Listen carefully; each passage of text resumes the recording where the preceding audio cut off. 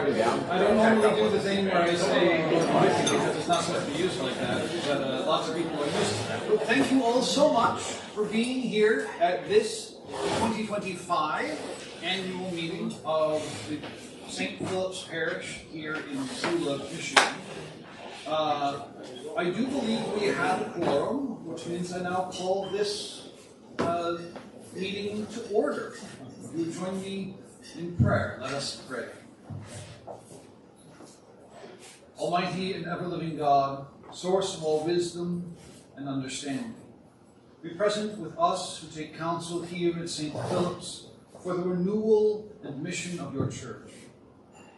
Teach us in all things to seek first your honor and glory. Guide us to perceive what is right, and grant us both the courage to pursue it and the grace to accomplish it.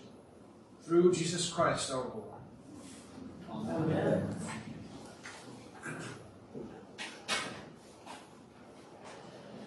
I would now like to nominate the clerk of this meeting, one Chris Kramer. Is there a second? A second. Judy Meyer, seconds. You all just have to watch my brain remember the name. By acclamation, will we elect her as our clerk? If so, say yes. Yes. Yes. I think that was a good one.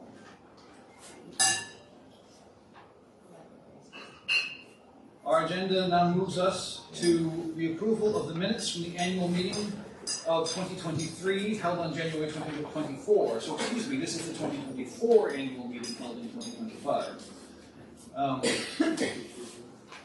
Are there any changes or edits that anyone has seen in their review of this in the past? Or do these need to be read out loud so they will be entered, or should we approve them by acclamation? They're perfect. We have a motion to approve by acclamation from Mary. Is there a second? We have a second from Don. All in favor, say aye. Aye. These minutes from our last annual meeting are accepted. Thank you, everyone. This now moves us to our fourth item on the agenda, which is an address from the senior warden. 8277 Unbeat. What? Never mind, an address. Oh.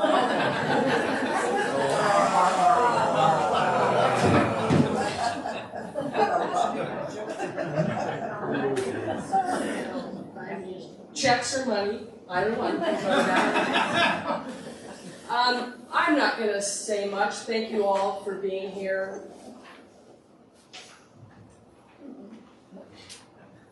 It has been an incredible honor to serve on the vestry here, to be your senior warden.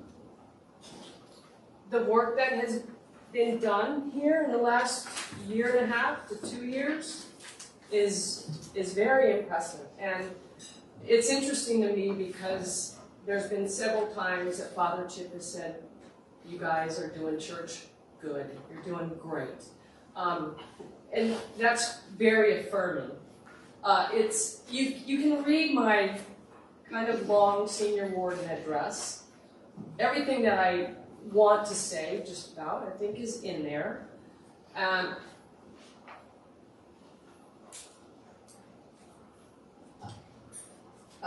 sorry. And I will encourage you once again, I know like last year I did, to read through these ministry reports. There has been a lot that's happening and has continued to happen, and I think we move into this year and with Father Chip here and the educational and spiritual formation offerings, I really think that it can all make us very much stronger in terms of becoming a healthy, nutritious brain and being rid of our chaff. And it increases and improves the bonds between us. there are people that I didn't thank, I'm sure. I tried to get most everybody in here.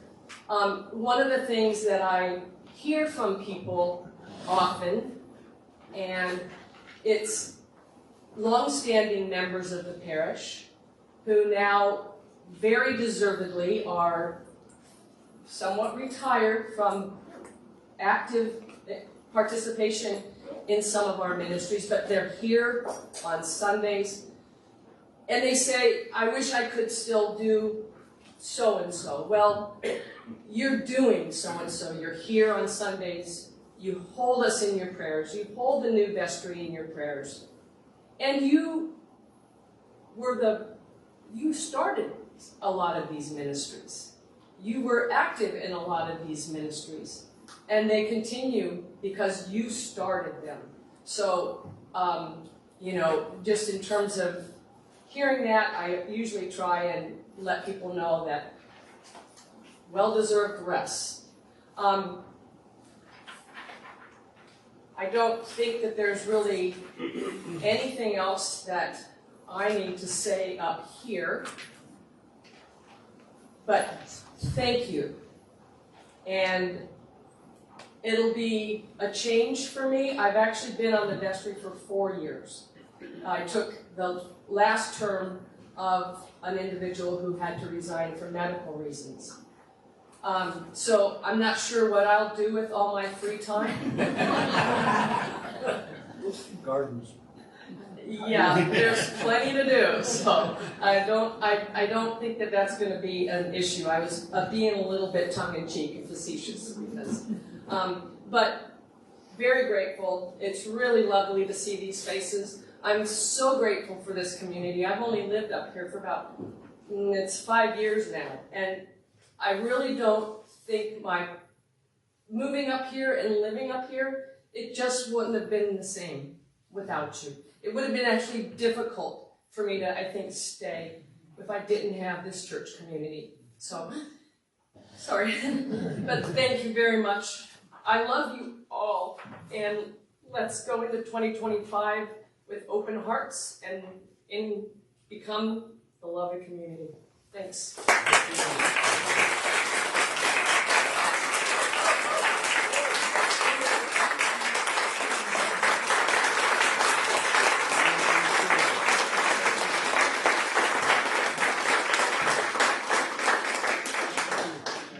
I apologize. One change to the agenda. I'm going to use Rector's prerogative and put my report at the end of our time together. So, just before our memorial remembrances, I'll be giving my address. Now we move on to our next action, I guess, our next point on our agenda. With a heavy heart, we see our departing vestry members rolling off, and we need to elect their replacements. I hope you have given some time to consider the upcoming class. You'll have the short biographies there in the booklet, pages 8, 9, and 10. The bylaws of our parish allow us to have a variable number of vestry members up to a certain point, which means that though we have 2 vestry members that are currently leaving, we have 3 rising candidates, and that is allowed.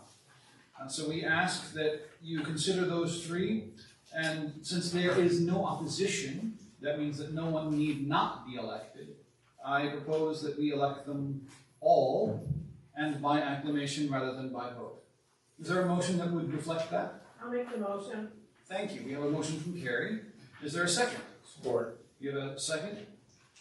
Then, by your acclamation, by saying aye, we might elect these 3 to be our next vestry members. Say aye. Aye. Any opposed? Thank you so much. We have 3 new vestry members.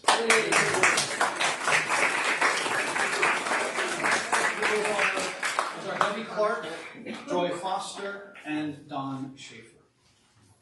Thank you. Did I get it wrong? Shaffer.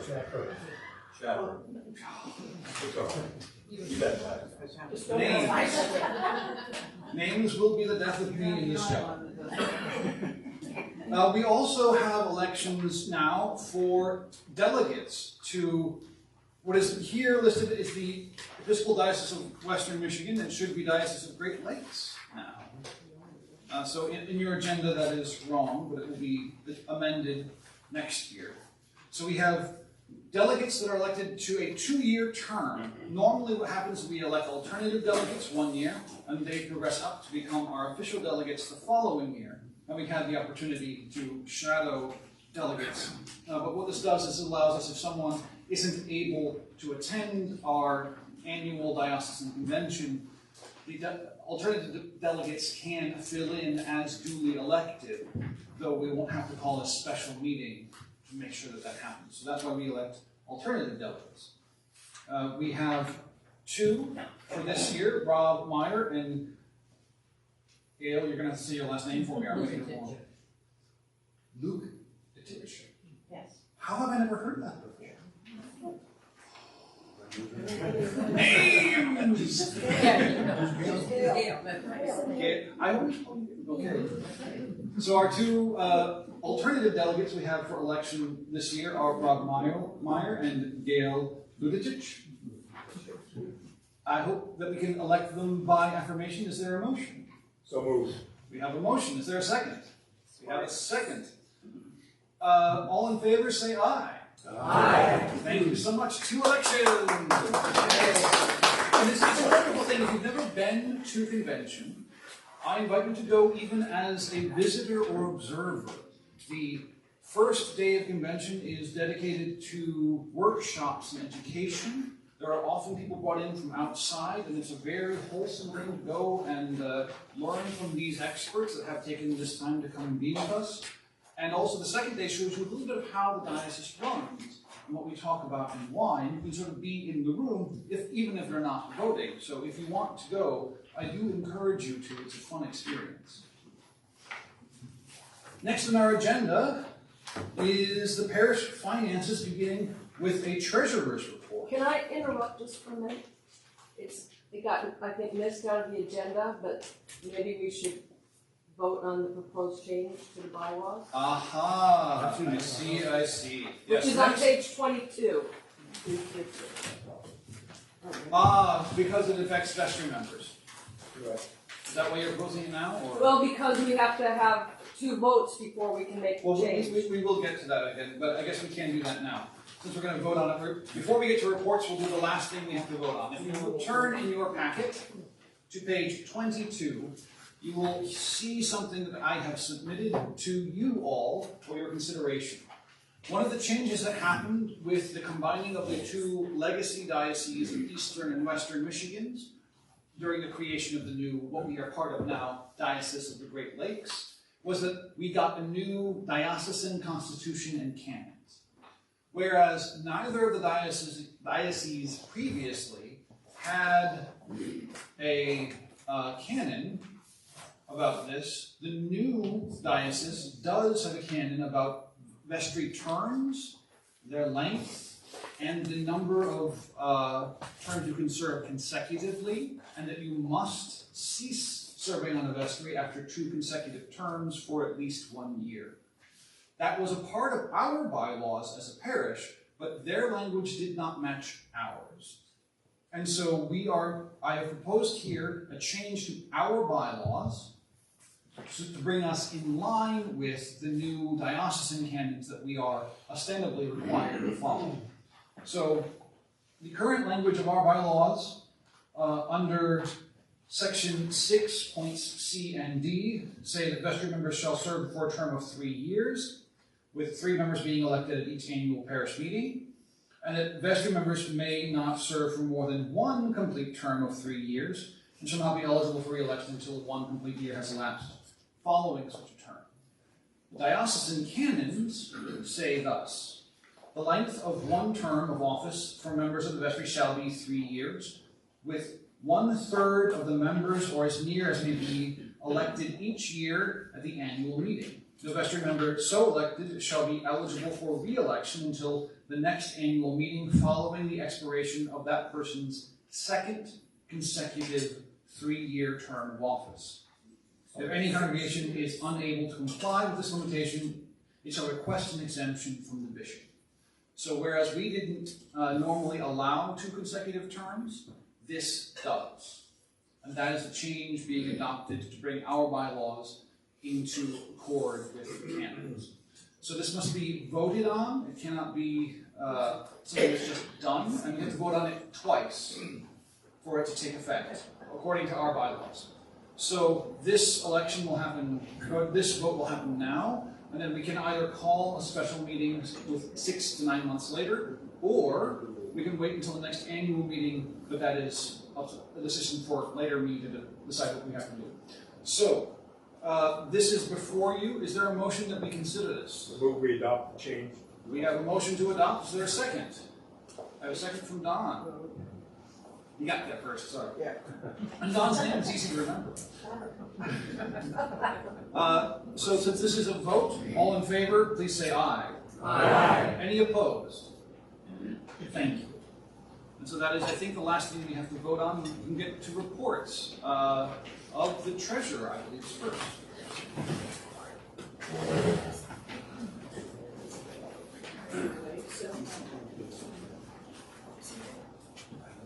Good morning. Morning. Good morning. It's still snowing by 2 minutes. The first one is the income and expense report, otherwise known as the balance sheet. It's on page 12. It's a little hard to see because it's small, so we put it on the TV too. But it's small on the TV too. Okay. Move up. The bottom line is we're in good shape financially. You'll see that in the second report why, but this, there's just a couple things I want to mention on the income and expense report.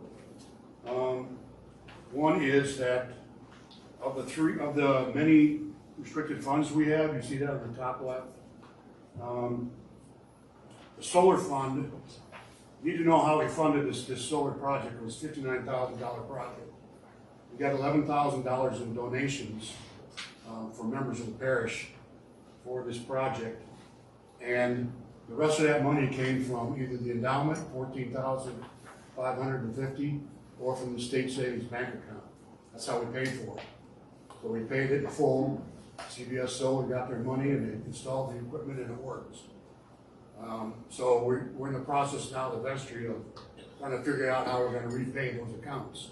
And we have some money coming in still for that project, and that's the federal tax relief incentive relief fund. That will be around $17,000, I think.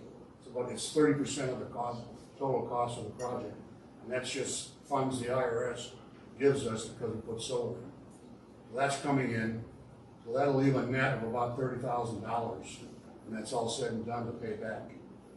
There's various ways to do that. It can come out of the endowment, it can come out of the state savings bank, it can come out of a campaign to fund it. And that all will be decided this these upcoming couple of investor meetings. We'll decide how to do that. The other things you need to know about restricted funds is there's no money in the piano organ fund. We spent all that this last year, and there's no money in outreach, which is a good thing. We spent all that this year too on things that need to be done for the community, particularly the last couple of weeks. The family who lost their home, the church gave $2,000 to the family out of outreach, and they were very, very delighted that we did that. The only other thing that I want to bring your attention to real quickly are a new investment that we built this year out of some, I hate to call them excess funds, they're not, but some funds that we had sitting in the state savings bank for the baby pantry and for the memorial fund. We transferred some of that money into a Vanguard money market fund. So that money is now working for us at the rate of just under 5% annual income from that. So that money belongs to the baby pantry and the memorial fund. It's in a money market with a Vanguard. Other than that, everything on here is, we have some accounts payable. Those are checks that haven't been cashed yet that were made out that were cut in December. So the money's already come out of their account, just hadn't been cashed out. Any questions on the income expense? Okay, let's go to the budget versus actuals. We had a good year. We had a very good year. The summary is on the top there, and I'll talk a little bit about the summary. If you have any questions about the details below it on page 13 and 14, I'd be happy to answer those after the meeting, so we don't tie everybody up on, why did we spend 101% of some account. But I know all that. I know why it's like that. So we were over about $3,400 in our revenue. People gave generously this year. So we received more donations than we thought we were going to. At the same time, we spent less than we thought we were going to. So the net difference was almost $11,000. So that money goes into other things this next year, like painting the building or wherever we decide we need to do. We got a lot of that done this year. There's still more to do. So I'll let you go through those details at your leisure. And again, I can answer any questions you might have after the meeting. The only other thing I want to bring up was there was a donation made of $1,700 to pay for advertising from the Myers. And so that money's been going toward advertising the church and when we're having services, etc. in Leelanau County and Visit. All right, the final thing that needs to have to be approved today is the 2025 budget. It's up a little bit from last year, and the reason for that is Chip Russell. Where is he? There he is. He's not the only reason, but he's a good reason that it went up. So we stopped using the word building use. That's not a kosher thing for the Episcopal Church. So the building use money and any other money goes under other revenue. So if you ever have a question about that, that's what that's there for. Pretty much the same as last year in terms of accounts. They've gone up a little bit, some of them. Our parish administrator got a wage adjustment, which was, in my mind, justly deserved. Well, thank you, Terry. Yes.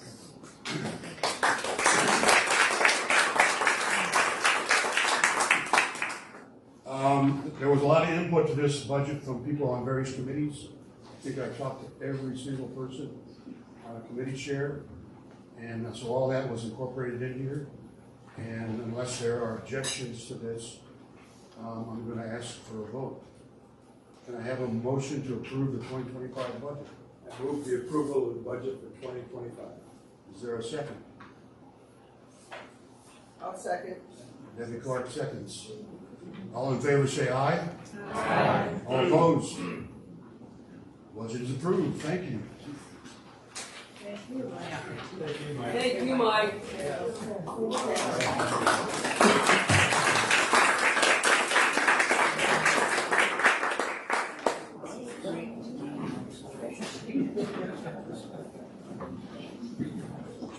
So we'll be moving now on to the endowment report as our next report received. I wanted to just say that in my time coming here, I spent some time reading through old vestry minutes and old annual reports. In one of them, I remember reading that it's never a good sign to have a finance director that is an optimist. And I would like to say that Mike is doing a great job. But it is also very good that he is doing what he's doing because he has kept on top of things, as best I can tell, and I'm not too bad at that myself. But we are in a very good position, and we thank him for that. I would like to point out, as he did, the two big notes on that budget that are things that might be question marks for people. The one is the pay scale adjustment for Terry. We had not been paying her what would have been appropriate, in my opinion, considering the federal minimum wage was not very far away from what we were paying her. And also that the funds that are currently devoted to the baby pantry, they have in a restricted fund something more than 2 to 3 years worth of their operating funds, and so the vestry has considered that a fully funded ministry of the parish. We actually can't bring ourselves to give a line item to the baby pantry since it already has the funds it needs at this point. But it's not us saying we don't want to support them, it's saying that the right way for us to support them is probably not financially. We need to be casting our vision farther ahead and seeing if we need to make it bigger, or if we need to make changes in how it runs so they can be open more often, or how best we can support them. But financially, because of the work that Joy does to fund it through other donations, the vestry actually can't do that financially because we have other things we need to be funding alongside it. So those are probably the 2 biggest things that you might note out of that budget. I wanted to bring them up before we got to our endowment. Are we ready? Yeah, I'm ready. Great. Thank you.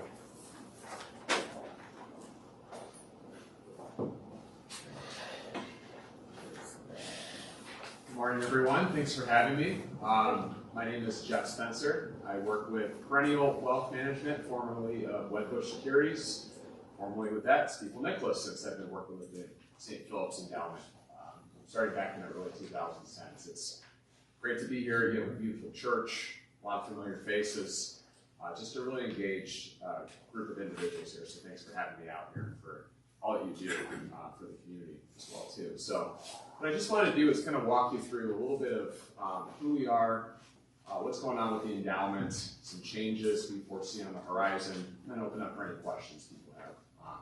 So bear with me as I kind of transition through slides here behind me, but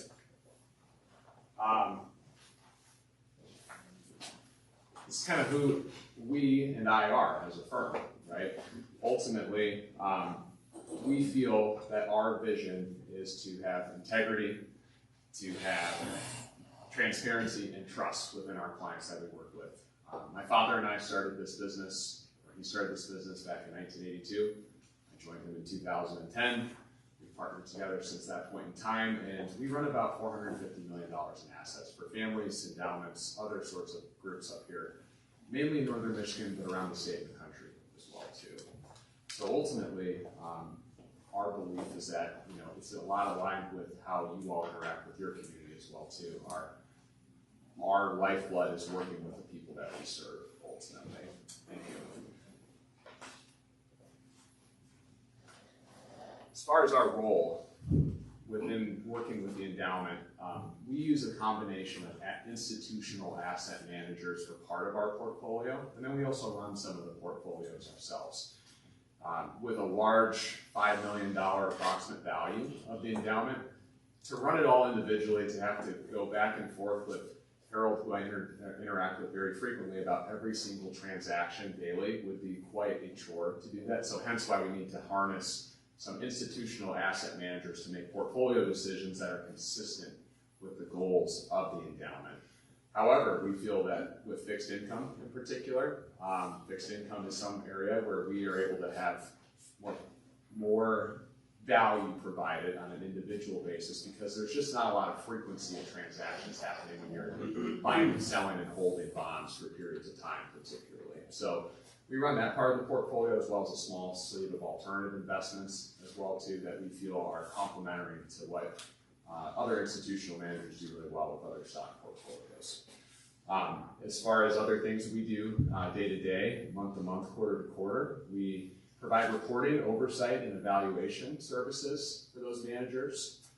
We are constantly sending funds out to the church. Every single month we send out a monthly distribution to help pay for the bills that Mike Clark just walked you through. Those bills are not once a year, they're very frequent, so we send monthly income towards the beginning of the month, right out to the state savings bank account.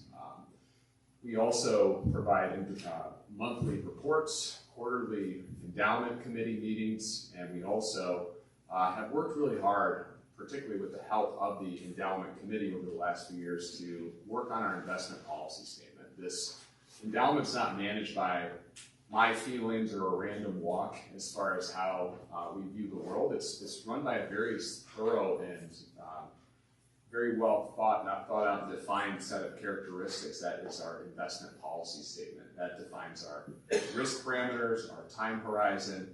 It even goes into things that the Episcopal Church will not invest in as part of the Episcopalian values as well too. So I'm going to detail that as well too, just so everyone has a good understanding of our no-buy list in particular. As far as our relationship with St. Philip's, like I said, I've been working with my father since 2010. It was about a year or two after I started working with him that we started to work with St. Philip's. It was a much smaller endowment fund at that point. There was a very large donation from Naomi Borwell's estate shortly thereafter. Generational gift. You know, she made gifts not only to St. Philip's, but to other large endowments as well too. My sister works for the Grand Traverse Regional Land Conservancy, and she's made generous gifts to that entity as well too. So I've seen her work not just within St. Philip's, but also within other parts of the community as well too. So over the years, our size has changed, you know, in terms of being a smaller endowment that's grown into a $5 million endowment now at this point. Our scope has changed. We've gone from being a very straightforward, you know, investment mix to having more complexity with regards to especially investing in faith-based values over the last few years. And I've also worked with a number of vestry groups, a number of rectors, a number of committees over the years, a lot of familiar faces in this room. So thank you all for your support of our efforts over the years as well too.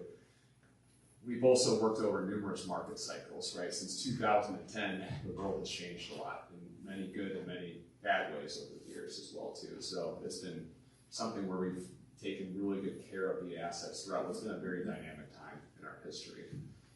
We've also provided a very large amount of income, you know, directly to the church. As I mentioned, we send out monthly income. It's now about $15,000 a month that goes out of the endowment funds this year. So in the last 5 years alone, there's been $700,000 plus sent from the endowments.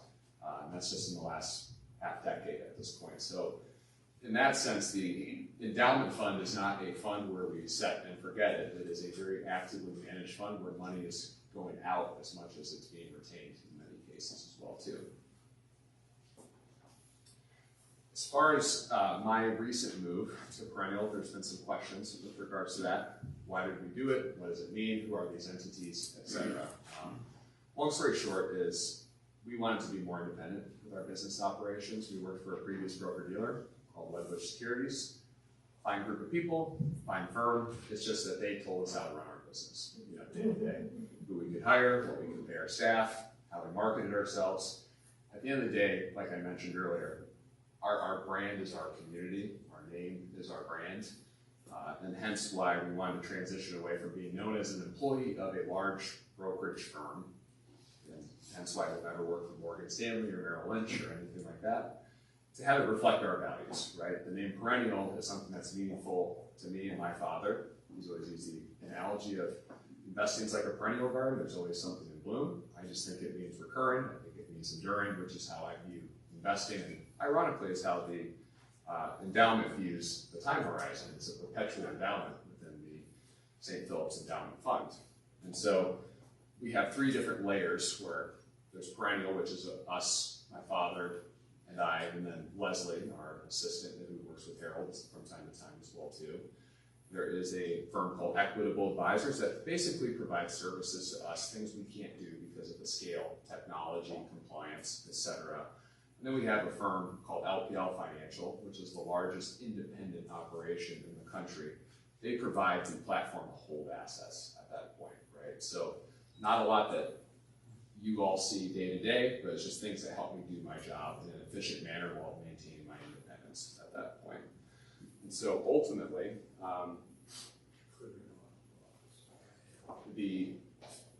moving on to more about the endowment. The endowment was founded in 1985.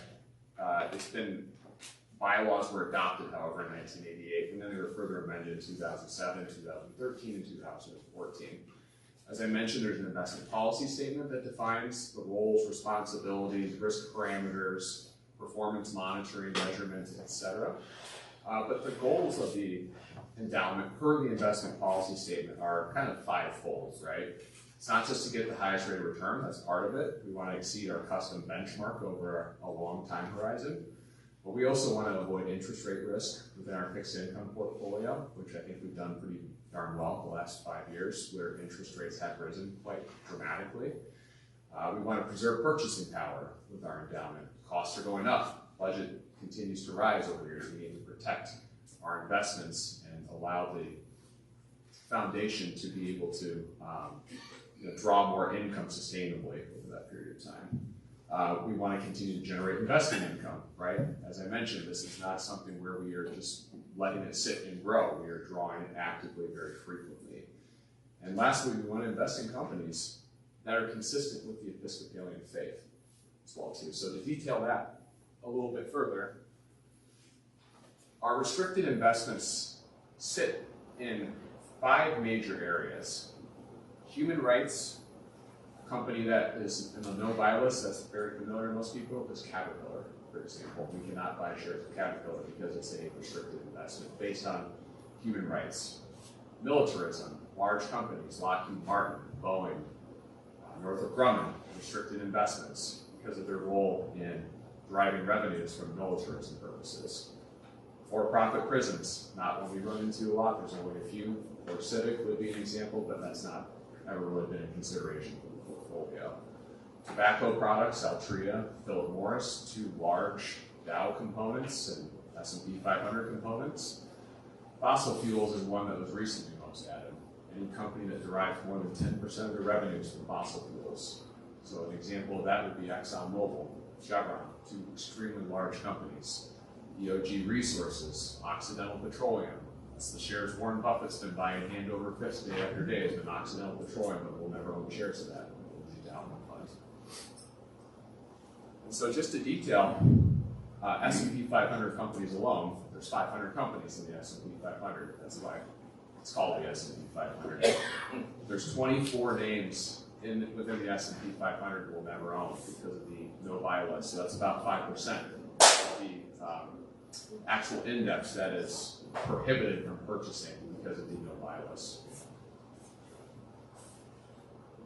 So as far as 2024 highlights and returns, I just want to detail 5 major points. I have some supporting information, but I'm just going to kind of breeze through that in more detail, or less detail there. In the spring, we made a rebalance based upon advice and consideration from the endowment committee to move our fixed income allocation towards the low end of the allowable amount for our investment allocation guidelines. On the high end, we can have 40% of fixed income within a portfolio. On the low end, we can have 20%. We're at that lower bound right now. The reason for that is the withdrawals have been moving down as a percentage of the balance, even though the balance has been moving higher, which allows us to draw more income. But with that, we're able to take more of a long-term approach with equities. In addition, bonds have been one of the more lagging assets in the market the last few years. Does that mean that we'll continue to do that? I'm not sure, but fixed income has been a very tough area to invest in ever since interest rates bottomed during the depths of COVID, where interest rates hit below 1% at one point. We reallocated our large value sleeve to a ESG focus manager through ClearBridge, so that's one that's more consistent with Episcopalian values. We have now taken net withdrawals in 2024 for $163,610. That's just money that was sent directly to State Savings Bank over time. Part of that was the solar project that Mike detailed a little bit. That's been $14,500 in addition to the monthly income. We generated $129,886 of investment income. That's interest, dividends, just money that was paid for holding the investments that we can hold at that point. So we have most of our revenues coming from investments at this point. Lastly, all of our investment asset classes finished positive. Some did better than others. The market has been very bifurcated the last couple of years. Last year, the S&P 500 was up 25%. Most of that was driven by 7 companies: Tesla, Google, Amazon, Facebook, Apple, Microsoft. It's been a very, very narrow market, very unprecedented amount of concentration in a few companies. Most of the S&P 500 has ever been concentrated since the 1960s at this point. For 2025, what we see is that we're looking to make a recommendation to move our international manager, WCM Investments as it stands currently, over to a more ESG-focused manager as well too. Part of that's due to the move where we've used WCM for a long time. They've done a good job as far as providing returns above their benchmark, but with my move, when we left, the fund was closed, so hence why ultimately we are making a shift from my recommendation is to move from WCM to ClearBridge ESG focus. Our 5-year moving average is moving up to 4.6 million approximately, and our endowment draw is rising to $180,000 this year. We're projected to have investment income of $113,770. That's lower than last year. Part of that's because our ESG value manager has a lower dividend yield than what our previous one we used, and that was purposeful. And our ability to reinvest over $200,000 of fixed income bonds that are maturing this year will allow us to reinvest those bonds into higher interest-bearing bonds this year. Bonds have started from low rates and are now at higher rates. As our bonds mature, we get our principal paid back, our interest was paid. We now have the ability to take advantage of higher interest rates with our existing portfolio at this point. I'm going to skip over some of the particulars. I want to make sure I have time for questions and not take too long. But I'm just going to provide you with some high-level thoughts for 2025. Real quickly, I see both headwinds and tailwinds. That's always going to be the case in the market. Headwinds this year is that valuation might be more of a concern. Larger companies are trading at very, very high valuations. Interest rates are moving up, ironically, despite the Federal Reserve cutting interest rates. That's because our deficit's been growing. That's because we have policies that might be more inflationary coming in the pike. So interest rates are now a concern again. Inflation is starting to rear its ugly head in some cases. So the Federal Reserve is maybe thinking about not cutting anymore and just holding it in pause with where rates are at for the time being. We have fiscal and monetary uncertainty. Jerome Powell, will he be the head of the Federal Reserve next year? Who knows? What will the Trump administration do with regards to fiscal policy? It's going to be a lot of questions that have to be answered. Deficits.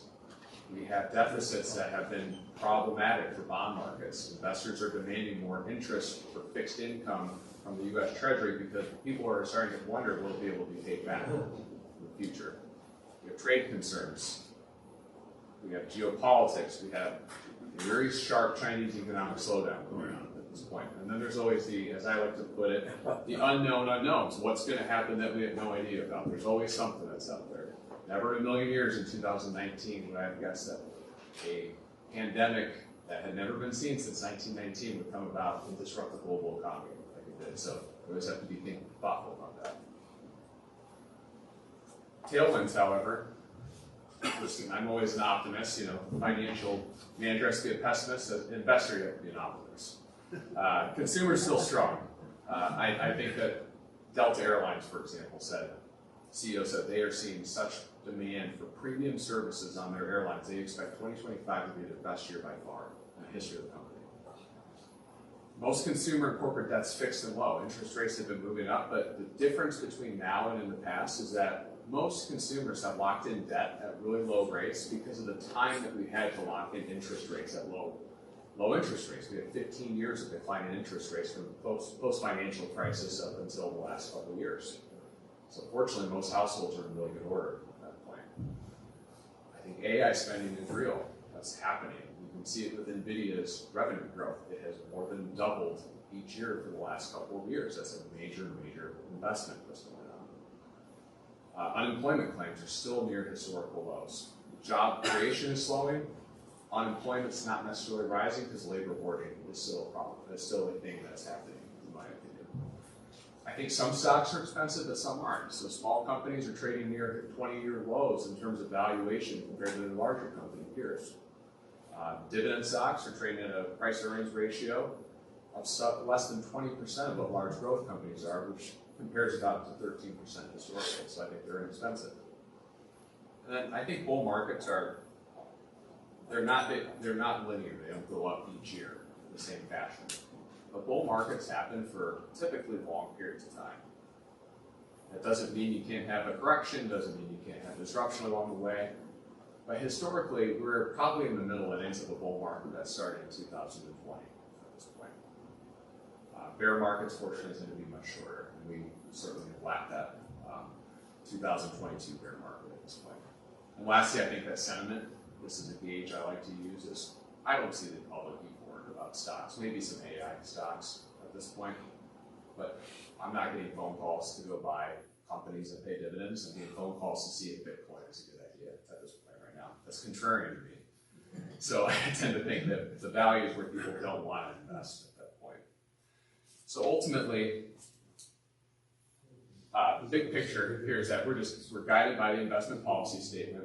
Our endowment's long-term. The endowment's very diversified.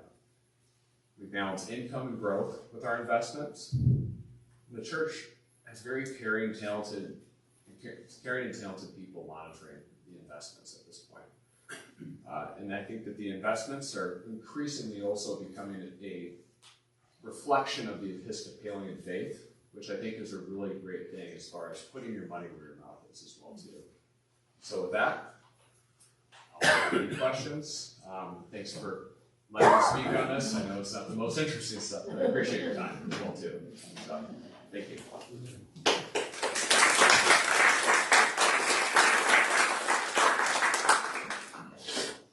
If there are any questions about that, now is the time. I think you're off the hook, man. All right, thanks. Thanks, Jeff. Thank you.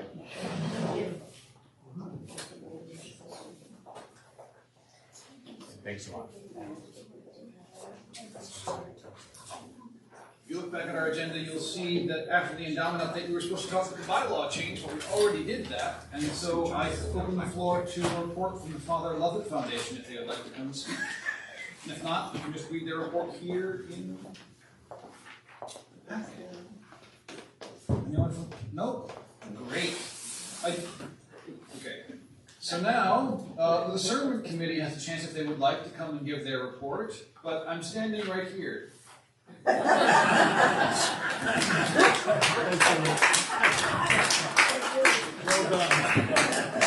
It worked! I would like to say thank you to the discernment committee for everything you did. Especially to the chair, Jody, who is here with us today.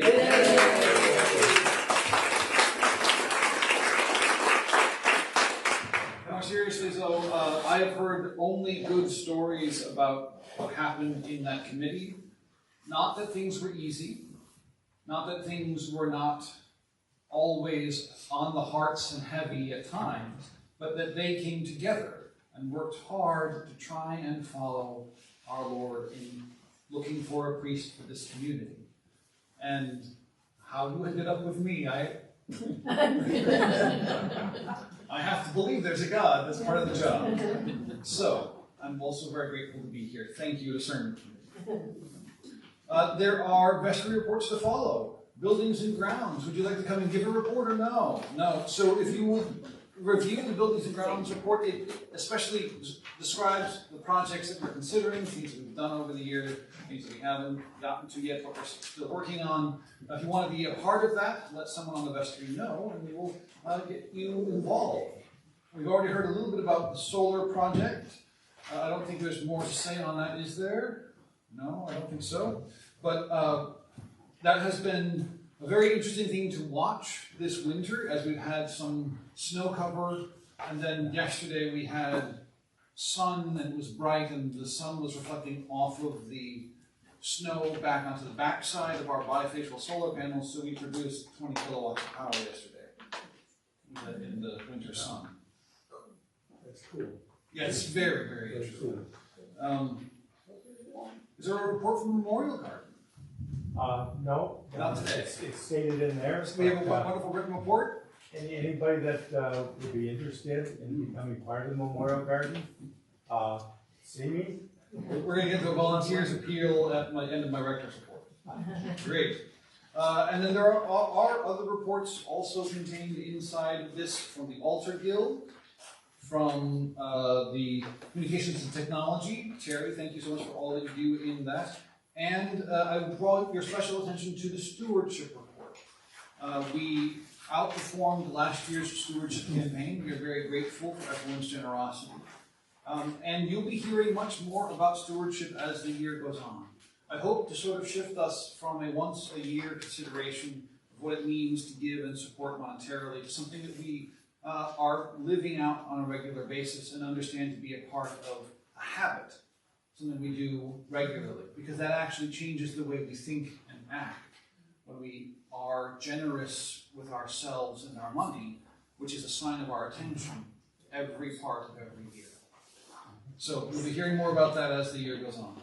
The outreach report is wonderful. Joy, did you want to speak to the outreach report or no? Yes, I would like to say Please, something. come. I'll never say no.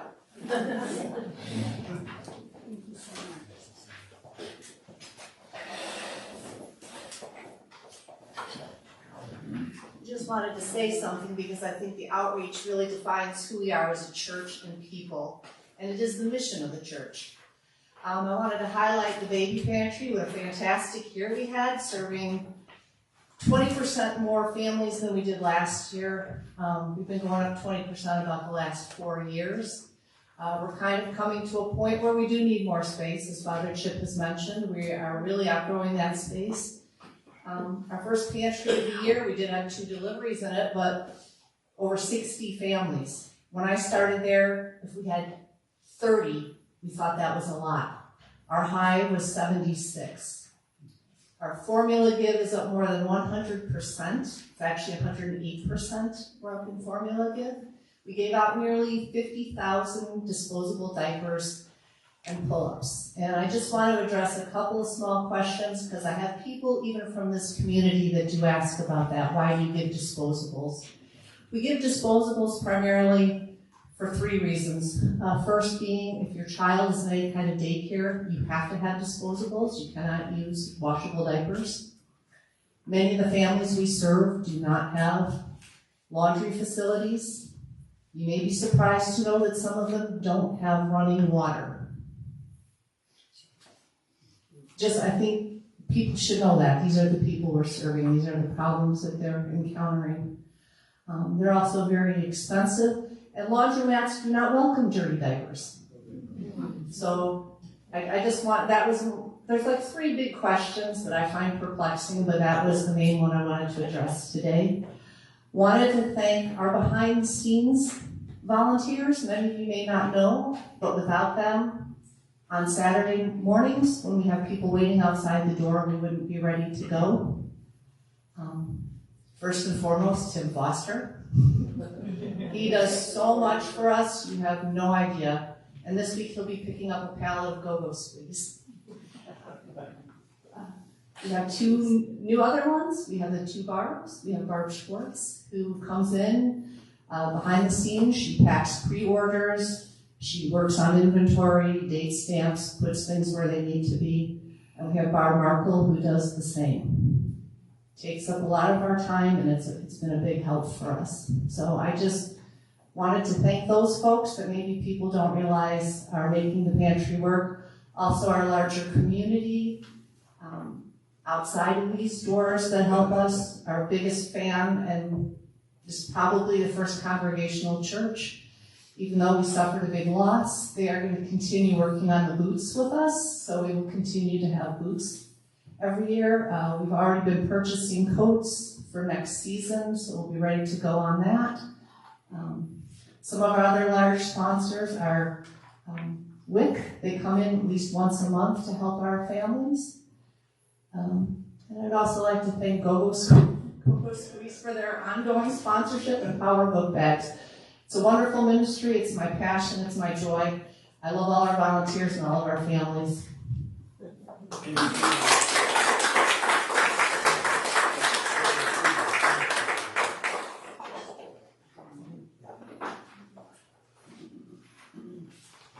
Does the Good News Garden want to say anything? No? Okay. The Order of Nauticus is still listed because we are technically still the Gracious. Names. That's the one. Names. Names. Names. But the Order of the Gracious is still based here for their northern arm of the two collections I think we do every year from the fishing events. So The 2 was low for this year. There was Yeah. a lot of weirdness going on. We'll have at least 3, possibly 4. yes, I mean we're still hoping to support that, but as many of you know, Christian Barron was the chairman of that for the entire diocese, and I am not. So our involvement with that will continue, I hope, but it will not necessarily be at the forefront of leadership, but we do hope to continue to support them. Pride Network is going strong. I hope that if you are inclined, you will join us for the events that they do. And for anyone else who has been doing things to support Bacon, or running the Angel Tree Project, or filling the carts that show up, or keeping me sane, thank you for all of the outreach that we do. Wendy mentioned this, but it is an amazing amount that we do here, and you are a church that is alive and active, and that is a wonderful part of who you are. So keep it up. And as we have come to the end of our agenda, I hope to make my... I would just like to say that the appreciation and recognition I have for the vestry and our senior warden for the hard work they did to get us through 2 years without a priest, and the hard work and diligence along with Terry and Larry to help us survive that time, especially Wendy, who was sort of everywhere and part of every outreach, and hopefully she's going to have a lot of energy now to devote to other things. But thank you so much. We appreciate it. Thank you.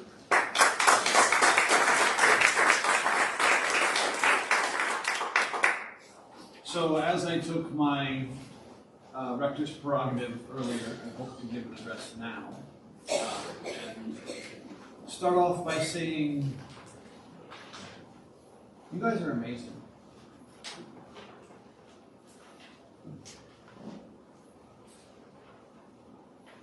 How in the world St. Philip's is a church alive and active in a place and time when I have friends who are priests asking their parishes, do you want to survive? I don't have to ask that. I don't have to ask that here, not because you don't have an answer, it's because the question doesn't apply. Of course you want to survive. That is far behind where you are already.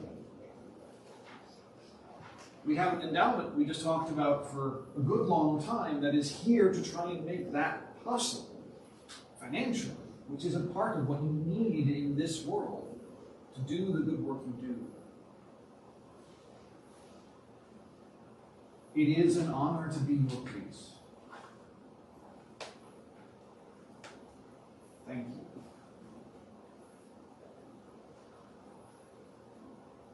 I'm glad to be here, having come from a long way away and finding a place I recognize. You have put up with me so far, and I hope you will continue to listen to me as I struggle to try and find the next place that we can go together. It will not be easy, because it can't be. Doing hard work means it's hard. And the hard work is almost always the good work. I want to thank the vestry members who are rolling off this year. We are losing Denise and Wendy from our midst, and I'm very sad to see both of you go. The vestry welcomed me and helped me get going, and I will continue to rely on the vestry, and it is not alone that a priest survives at a church.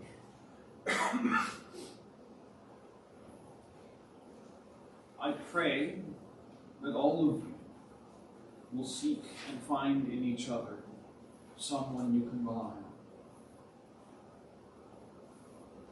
We will only ever be a church if we are knit together. Our Lord came for us all, so we don't get to stay alone.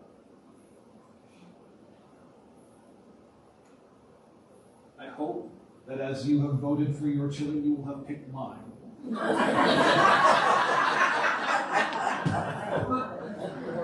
What number is it? See, He's not gonna win, because he said he would put the cape on. So, you don't win if you don't put the cape on. I might put the cape on, but no picture. Oh, yeah. So with all of that, I do think it is about time that we count our votes. If you have not yet voted for a chili, now is the time. Because we are at the end, before we get to the morning. Thank you for telling the serving committee that you wanted the job, because if you hadn't, we still might be meeting.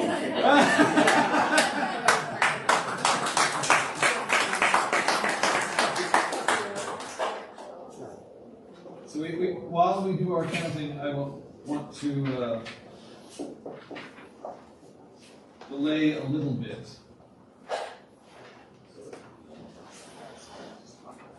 Flipping through our wonderful, can we get a special thank you to Terry for putting together this wonderful annual report? No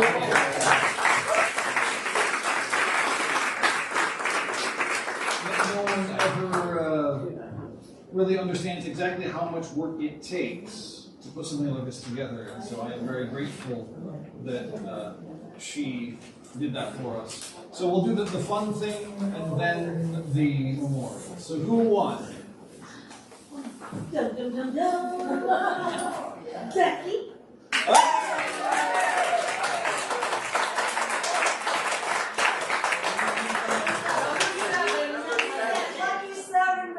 A non-traditional Texas chili. The white chicken. I know, the clothing, You have to put the crown on her head. Oh. And thus is bestowed upon the winner, the regalia.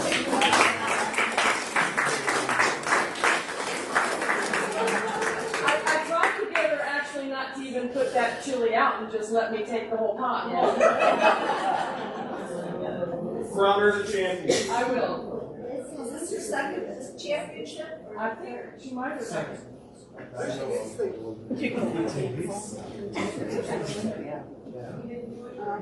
was a big crown. Turn around, Becky. Yay!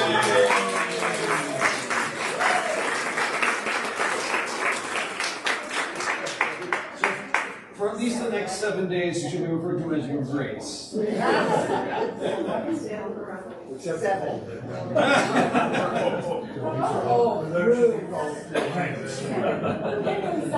Our last event before we conclude is to remember those who are no longer with us.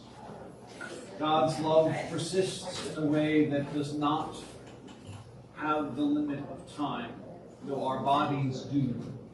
And so we remember Blanche Clark, Jeff Clevey, Suzanne Krause, Beverly Winders, Thomas Engdahl, Ruth Goff, and Edith Fletcher. Pray to our Holy Father that He keep them in His wondrous care. And pray for the repose of their souls.